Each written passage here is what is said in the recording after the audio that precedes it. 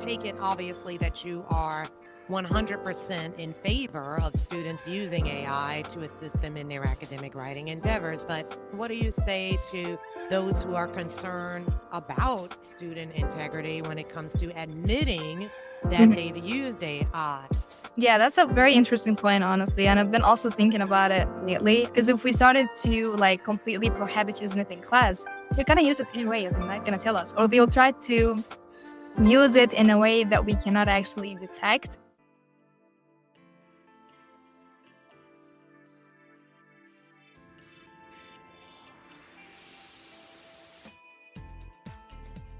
Welcome to Our Burning Questions, a professional learning podcast where we answer your most compelling questions about teaching, serving, and supporting multilingual learners.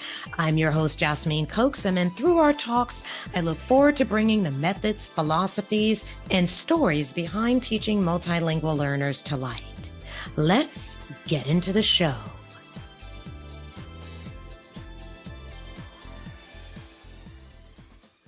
Welcome to another episode of the Our Burning Questions podcast. Today, we have one of the wonderful presenters from the TESOL Convention 2025 with us today. Her name is Yasmine Telwana, and she did this fantastic presentation about AI and writing. And so I thought I definitely need to have her on this show. So welcome, Yasmine. Thank you, Yasmine, for having me. This is going to be interesting. Okay. All right. So, why don't you tell us a little bit about your role in education currently? All right. So far, I'm working at the first year writing lecturer at the University of Minnesota. And I've been teaching for 7 years now. I taught in different universities. I taught in Egypt at the American University in Cairo. And here in the US, I taught at Minnesota State University Mankato. Then I switched to University of Minnesota Twin Cities. And mainly, I was teaching English for academic purposes courses, composition courses in Mankato. And currently, I'm teaching composition classes, mainly first year writing courses for freshmen at the University of Minnesota. Okay. And as I mentioned, you have a focus on AI, right? So, in general, is this kind of like your specialty that you've honed in on? And so, what made you decide to do that? So, mainly as a multilingual student myself, I grew up actually in Egypt. Then I moved to the US to study, then to teach for a while.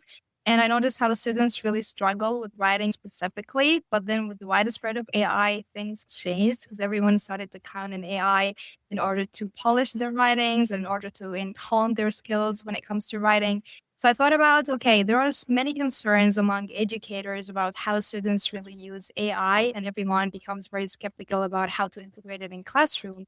So I thought, how about talking about how students perceive the tools and how do they effectively use it in class? Because we know that's not actually going anywhere.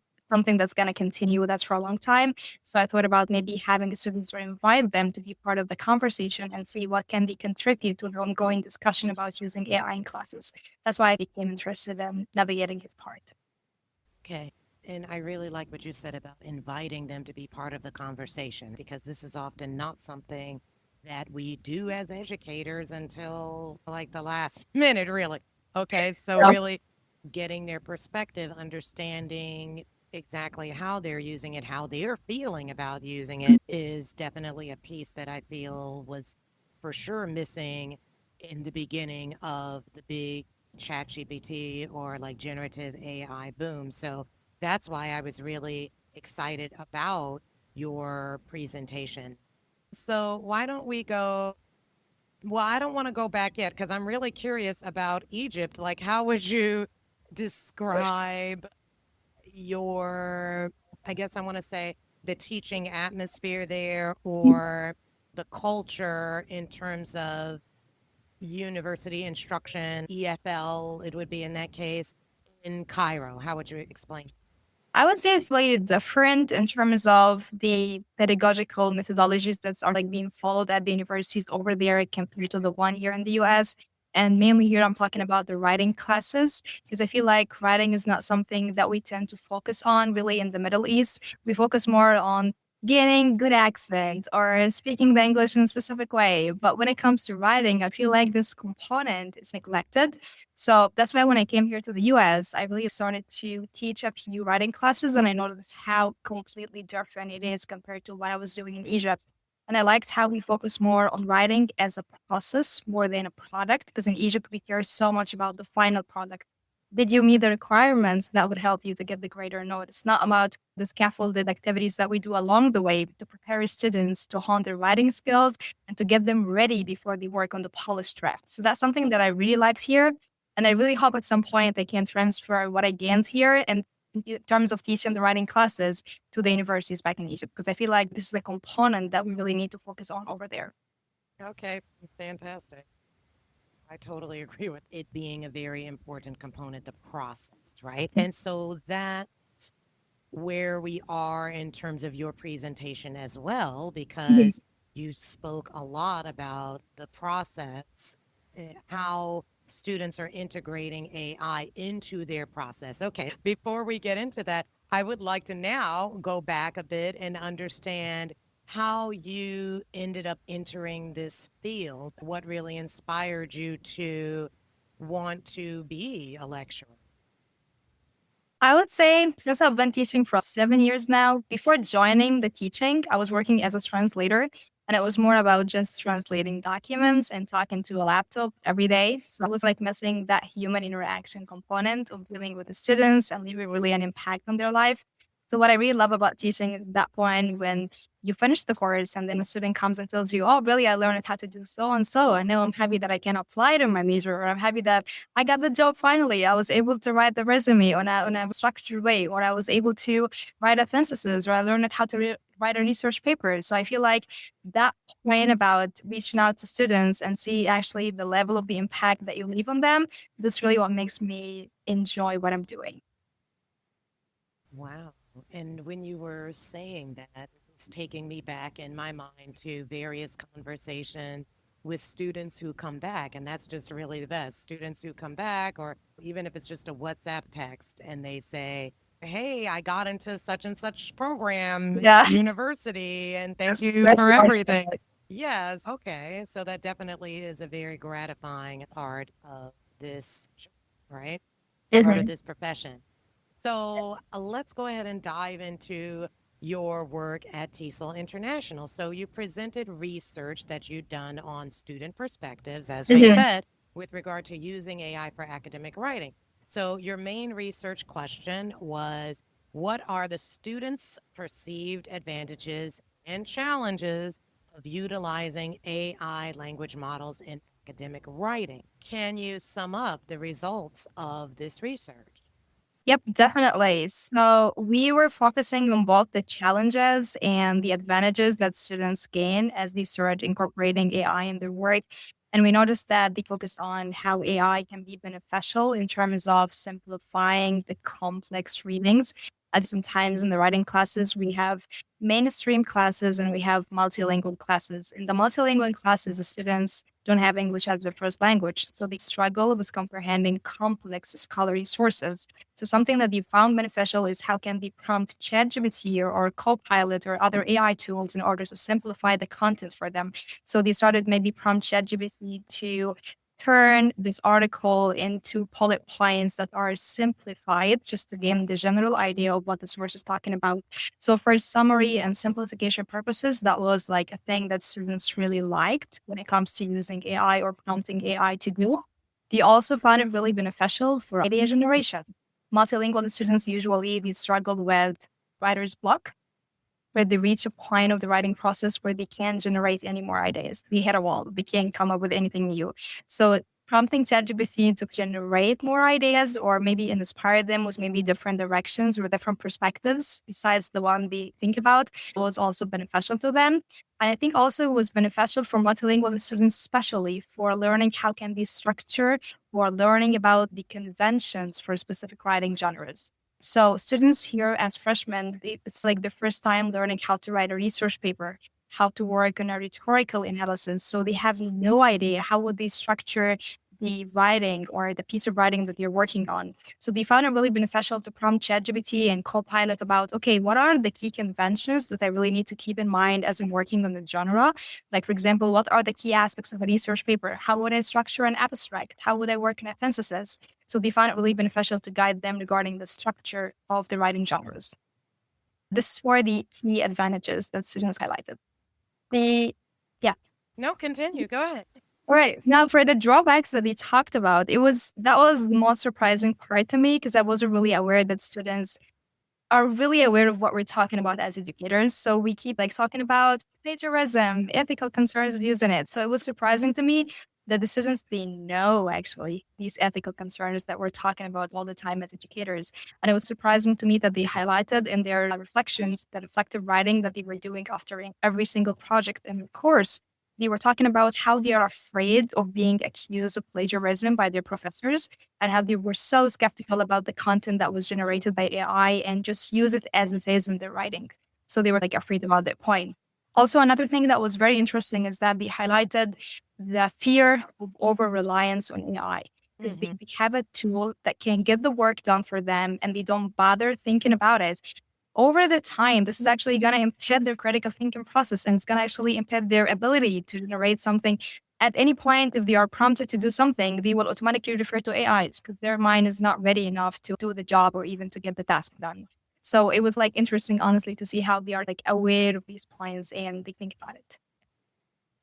No, definitely. This goes back to what we said about making students a part of the conversation because, again, as educators, we constantly talk about these things, but, it's like understanding that the students also can realize this is Mhm. something that obviously would not happen if You're we right. didn't take the time to That's make them part of this conversation and understand how all of us, educators, students, and AI, can work together to make sure that it's just a better learning experience overall. Speaking of those ethical issues, what are some of the classroom strategies? Because you did introduce your presentation, some strategies for ethical AI use in the classroom. So, can you just take us through some of those strategies? Yep, sure. One of the things that we talked about in our presentation that you attended was to have transparency in class regarding the AI policy that professors would like students to follow. And the most important part about it is to have students co-authors for the AI policy. So it's not like me as a professor tell them, okay, this is my policy, this is what you need to do, and that's it. No, it's again about inviting them to be part of the discussion and have them share what they think should be the policy that we need to follow in class. So it's like a co-authored policy in class. So we got to really specify or ask students when do they think AI can be allowed to be used in the writing process and when it's discouraged to be used in the writing process. So we want to make sure that they are like invited to share this point. Also, one of these strategies that I believe we can have it applied in class is more about having specific activity or scaffolded introduction to AI. So instead of telling students, yeah, you're permitted to use it without specifying how can they use it exactly, I think that's risky. So one of the things that as educators we can do is to have scaffolded activities at the beginning, like introducing AI through brainstorming stage. So have the students generate some ideas, then we tell them, okay, now since you generated maybe 5 or 7 ideas, now return to AI and prompt ChatGPT to generate more ideas besides the one that you already generated and see if you can maybe borrow some of these ideas and have them integrated in your own work. So it's not that you fully even have AI generate the ideas, but it's more like it completes or builds on what they started. Okay. Another thing also is has to do with having students compare their human generated text to the AI generated text. So we might have the students at some point maybe generate a specific or work in a specific paragraph, let's say the introduction to their project. Then we can have them refer to AI and have it generate maybe a similar paragraph. Then we can have students compare and contrast their work with the AI generated work. And this somehow is going to actually enhance their critical thinking and also their metacognition because they're going to reflect on the missing parts that they missed in their work and how AI was able to fill in these gaps. And then they can restructure everything and rewrite it using their own words. So using AI this way is also gonna enhance their like sense of ownership that they know that actually I should be the one who's owning the idea and I should express it in my own way instead of just having ChatGPT or Copilot do it for me. So these were like some of the activities that we talked about. I think also another important thing, and this is what I'm trying to integrate this semester and in the upcoming semesters, is the peer response stage. I feel like many of my students, they struggle with providing effective feedback to each other in the peer response stage because they feel like they tend to provide very generic comments to their group members, like, yeah, you did a great job, or I like your work, but that's not sufficient to enhance their writing skills. So I was thinking about maybe having ChatGPT provide feedback on their work, and then they use this feedback and then they reflect on it. Then they get in groups and they start providing feedback to their group members. They have an idea of what are the things or the components that they need to focus on, especially the high order concerns, like focusing on clarity, focusing on the organization of the ideas, having central idea in each paragraph instead of mainly like just focusing on, yeah, there's a grammatical mistake here or there's a spelling mistake here. Because for me, this actually does not develop you as a writer. Might does at later stages, but I care so much about the clarity of your content and the well development of your ideas. Okay, so I'm just going to recap. All right. In order to address the ethical concerns of Mhm. using AI and in order to partner with students in the classroom when you're using it, one is to actually have the students co-author whatever your policy is for using AI in your course. Two was use it as a brainstorming partner. So begin by generating your own ideas on the topic, put that into the AI, whichever one you're using, okay? And then have it just help you with more, even more ideas. Third, to compare their actual writing to what the AI puts out. I Mhm. really like that one a lot for them to work on something and then be able to see what the gaps in that might have been. And then, so this last one is something that you're developing, right? That you're starting to work on, Yep. which I think is really excellent. Having ChatGPT help with peer feedback, because so often, as you said, that's where students, and it's even like a confidence thing, right? They Mhm. sometimes feel like, who am I to give feedback to my peer, right? Or they don't want to maybe hurt their peers' feelings. So they're just like, oh, yeah, it's great, So I really like that idea that you are considering implementing into your use of AI in the classroom. So I take it obviously that you are 100% in favor of students using AI to assist them in their academic writing endeavors. But what do you say to those who are concerned about student integrity when it comes to admitting that Mhm. they've used AI? Now we're moving away from when it's integrated because some people haven't reached that stage yet, right? Where they are actually integrating the use of it, monitoring the entire process this way. And so a lot of educators are still concerned that students will use it and just not admit it. That it. Uh, Yeah. yeah. And this whole over reliance, just capping creativity and autonomy, like you said. What do you say to those educators to kind of, I don't know, give them hope or Yeah. just make that situation a bit more manageable? Yeah, that's a very interesting point, honestly. And I've been also thinking about it lately. And I think part of our discussion in the presentation that we did in the TESOL, when I asked you this question, if we should train students on how can they effectively prompt ChatGPT, I noticed that everyone in the room, they were like, no, we shouldn't do this. We should not teach them how can they prompt ChatGPT because we don't want them to use it. So I've been really thinking about this, and it's really interesting idea because I think that we should really have a safe space for students in our classes where they can come and tell us, "Hey, I use ChatGPT to do so and so." Because if we started to like completely prohibit using it in class, they're gonna use it anyway. They're not gonna tell us, or they'll try to use it in a way that we cannot actually detect. So I think the most important thing is that we really create the safe space where we can tell them, yes, you're permitted to use it, but also we got to make them aware of the ethical concerns about using it. So I think if we have an open discussion in class about, okay, we can use it that way, that's actually provides you with ethical use or actually protects you ethically from falling in the pitfall of plagiarism. And we can somehow prepare them how can they effectively use it. So I would say maybe the solution to this is really like introducing this through a scaffolded way. So you really have to tell the students like, or you really need to show them how can they use it effectively in class. So I think maybe using it for brainstorming is not really going to harm you as an educator. If you have students brainstorm some ideas, then have them refer back to AI and see if there could be additional ideas added to what they already generated. And I think another thing that we can also apply, not precisely in the writing classes, but also for the intensive English programs. And that was a question that was asked by one of our attendees in the presentation at the TESOL. He talked about how can we use it as educators in classes with our intensive English program students because they're like in a lower level compared to those who attend the composition classes.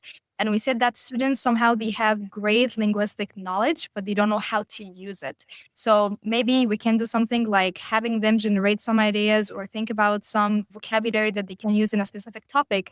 Then they can refer to ChatGPT and have ChatGPT maybe suggest more vocabulary or suggest more sentence structure that they can use. And actually, they themselves, they will be surprised that they know many of the vocabulary suggested by ChatGPT. So it's more like, I know it, I know this vocabulary, it just doesn't come to my mind. So ChatGPT can be more like really like an assistant instead of something that really does the job for students. It's more just like helping them to do it. So I think really educators need to be like open for this idea to have students use this in class.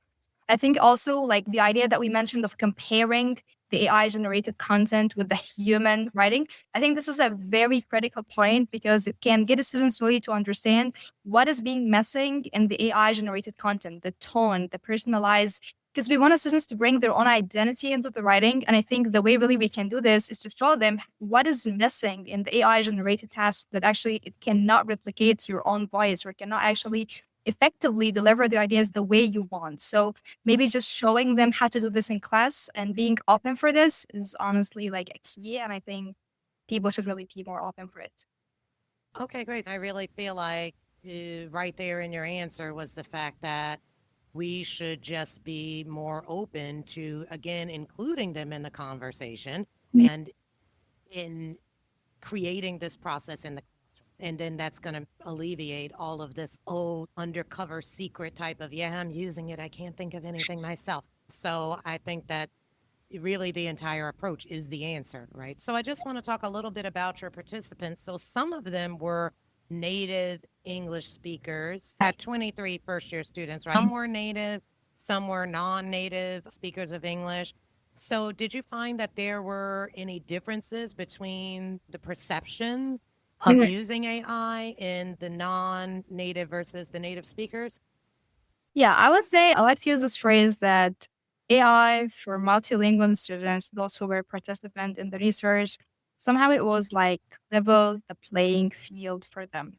So it puts them like in equal possessions with mainstream because we know multilingual, they struggle with language barriers. So AI alleviated this point and put them in a position where they can fairly compete with other people because mainstream students they can easily navigate scholarly sources while multilingual they struggle because of maybe coming across vocabulary that they are being seen for the first time. So AI supported them to overcome this issue. So they both now have like close comprehension of the articles and now they can discuss it equally. So I feel like multilingual students they mainly relied on it for like preparation stages before we navigate the content just to simplify the idea for them and facilitating the comprehension process for them. And then it gets them in a point that, okay, now we're all in the same level. So I understand the article, you understand the article. Now let's analyze it effectively. But of course, for the mainstream, I feel like they don't suffer from writer's block like multilingual students because they have like more actually linguistic knowledge that they can incorporate and they can use to develop ideas compared to multilingual students. But I feel like at some point, like most of them need it especially when they navigate a project that they haven't worked on before, like a research project that's complicated for both of them. This could be the first time or the first experience for some mainstream students also to do it in college level. So I feel like they're requiring some support using AI when it comes to using it to work on the project. But definitely it's not as intense as it is for the multilingual students, but it's still like both of them need it. That's a really interesting comparison to make in terms of if there's new information or basically like a new project, etc., there's more of a level playing field in terms of trying to generate ideas and understand how they should go about this. All right. And then you identified some themes, which you basically just took us through themes in terms of the student perceptions. But in the writing and language enhancement section, you mentioned the idea of boosting confidence. So, can you unpack this idea a little bit? I really like Yeah. this idea of the confidence boosting because sometimes I think students need this. It could really motivate them. At the same time, there's the feeling of maybe getting addicted to it. Yeah. So how do you think that this can maybe be tackled? Yeah, so for the language enhancement and the writing enhancement specifically, after using AI, that was one of the things that students highlighted, especially multilingual students, because they were like skeptical about how would they address a specific topic or what sort of vocabulary do they need to use. Because like for the college level writing projects, they are required to use academic vocabulary and academic context. It's different than writing a story or writing a personalized thing. The students are skeptical about what sort of vocabulary do I need to include there, or what sort of sophisticated structures of the sentences do I need to integrate there. So, using AI as a way of reading their work and making suggestions for stronger vocabulary and somehow tweaking the structure a little bit, somehow it boosted their confidence because now they know that, okay, I'm using vocabulary that can be like impressive for my peers during the peer response, or it can be even impressive for my professors when they review my work. So this somehow fosters their self-confidence about the content that they are using.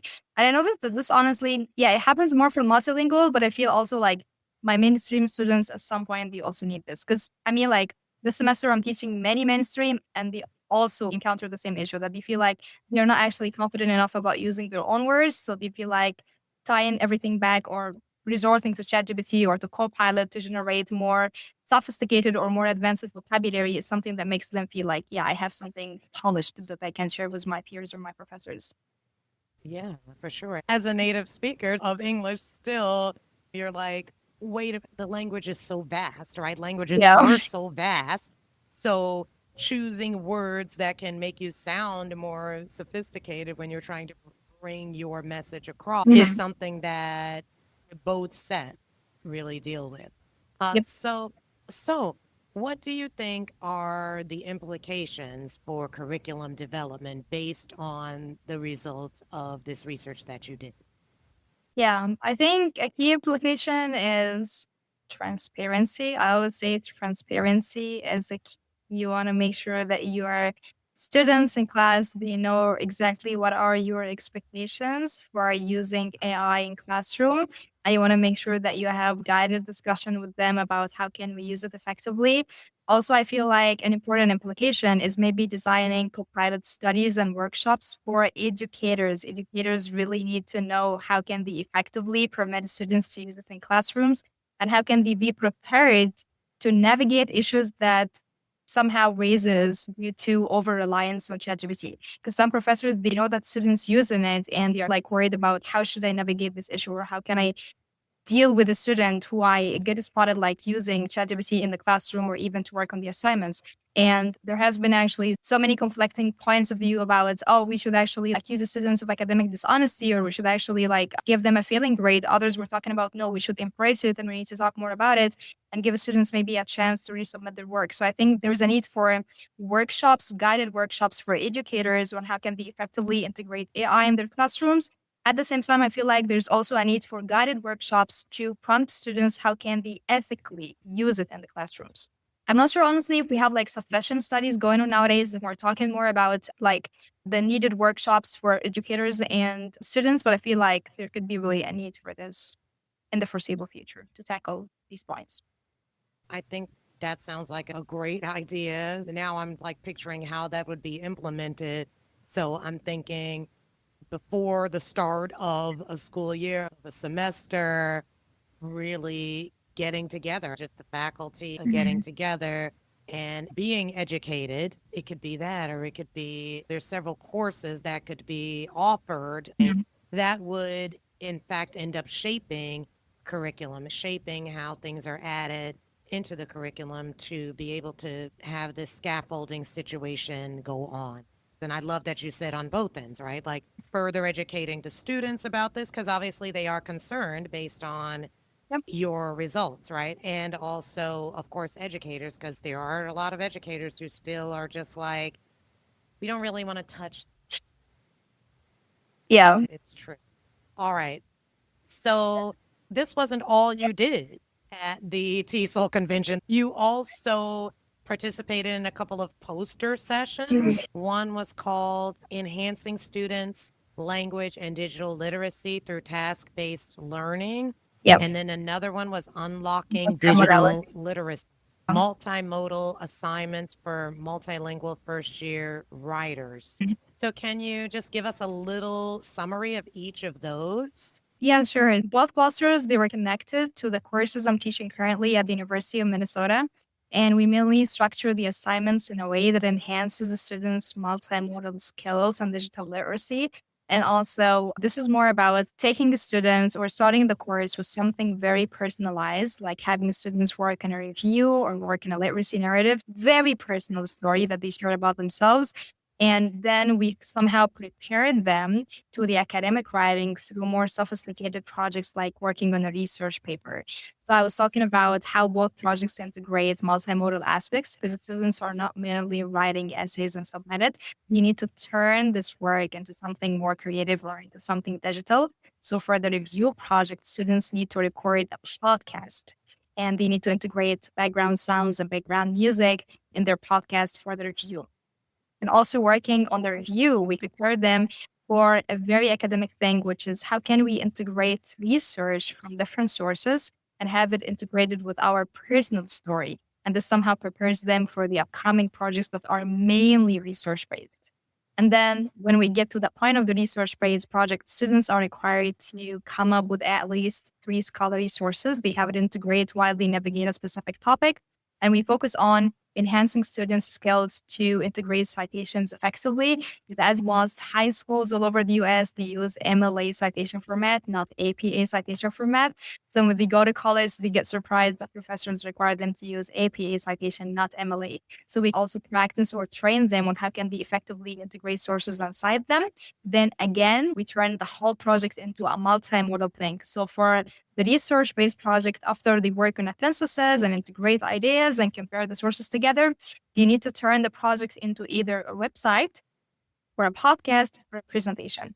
And we get surprised by how students connect what we do in our writing classes to their majors. So we had a student who was really interested in anatomy classes, and he ended up working on a podcast connected to tennis elbow. And he introduced us to a mini session or a mini podcast on anatomy on tennis elbow specifically. And I was On surprised. who? Tennis elbow is. Oh, on tennis elbow. Okay.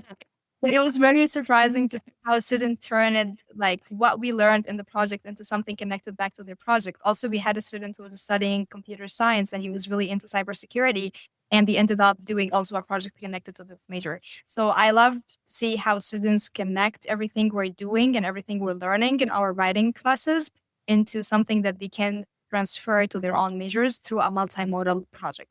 So that's something that we're doing for the multimodality poster. The other one was mainly focusing on task-based language teaching and learning, the approaches that we use within the class and how they focus more on the writing process rather than the product. Because again, this is something I'm really interested in. I don't want students to mainly focus on the final polished draft that they need to submit and they ignore all the stages that comes before this, which is brainstorming and working on the first draft, getting feedback from their peers and from me, then working on the upcoming drafts, then polish the draft at the very end.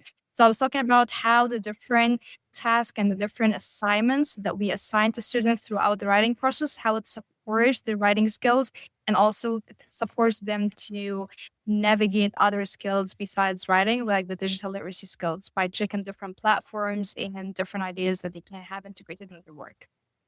Those sound like really fantastic poster sessions, actually. Thank you. So, yeah, I'm sorry I missed. So, finally, and where can people find information about your work? I know that you mentioned you have something upcoming. You're in the process of finalizing a manuscript, which Yeah. sounds very exciting. So, tell us just a little bit about that. And then, of course, where people can follow you in order to keep up with all of this really interesting AI work that you're doing. Oh, thank you. So I'm currently working on a manuscript connected to the students' perspectives of using AI while working on the writing assignments. And hopefully I will be finalizing this summer and I will be sending out the manuscript to journals. So thumbs up, and really hope things will go fine and I can have it published somewhere this summer. And I'm also presenting next week at the 4C. This is a conference in Baltimore, and this one is mainly for college level composition and communication. So it's mainly for students who study in technical communication program and students who study in the writing studies programs all over the US. So educators go there to share their work about the writing classes and how effectively they integrate students in the writing process and develop different writing assignments. So I'll be also presenting in this conference next week. I have 2 sessions over there. And yeah, just to reach out to me, I mainly use LinkedIn. So far, I don't have any websites. People can just access me or they can reach out to me on LinkedIn. Okay, great. And you said it's 4C? Yeah. I think I heard something about that too, but I'm not really that familiar with it. Sounds really good. I'm not really that familiar with that particular conference. Yeah, it's mainly for writing classes and composition and rhetoric classes. Okay. So now we've reached the final question that I always ask the guests on this podcast. What burning question should today's educators consider in order to improve their service to the LML community? Yeah, that's a very interesting point. And thinking about it, I was thinking about how can we as educators turn or move our multilingual students from being like knowledge receiver or passive knowledge receivers to knowledge creators or knowledge authors. Because I feel like with the widest spread right now of AI, students are being told, yeah, these are the tools and you can use them to get the work for you. But actually, they're not being invited to the conversation where they think about, okay, what can I do with this tool or how can you use it in a different way than what everyone is telling me that this is the way I can use it. So I think like having students or giving them the chance to critique the work that's being generated by AI or by any other tool, and have students think about how can they generate their own ideas or how can they reflect on the content generated by AI and focus more on how can they own their own voices and bring their own identities to writing. This is something I really care about. So turning students from being passive knowledge receivers to knowledge creators. I feel like this is something hopefully we really need to think about and focus on moving forward. Okay, Yasmine, thank you so much for joining us today on the Our Burning Questions podcast. And we look forward to that manuscript showing up in one of the very good journals. Okay. And we look forward to following the work that you are continuing to do with AI. So thank you so much. Thank you, Yasmine, for having me. Appreciate it. Thank you.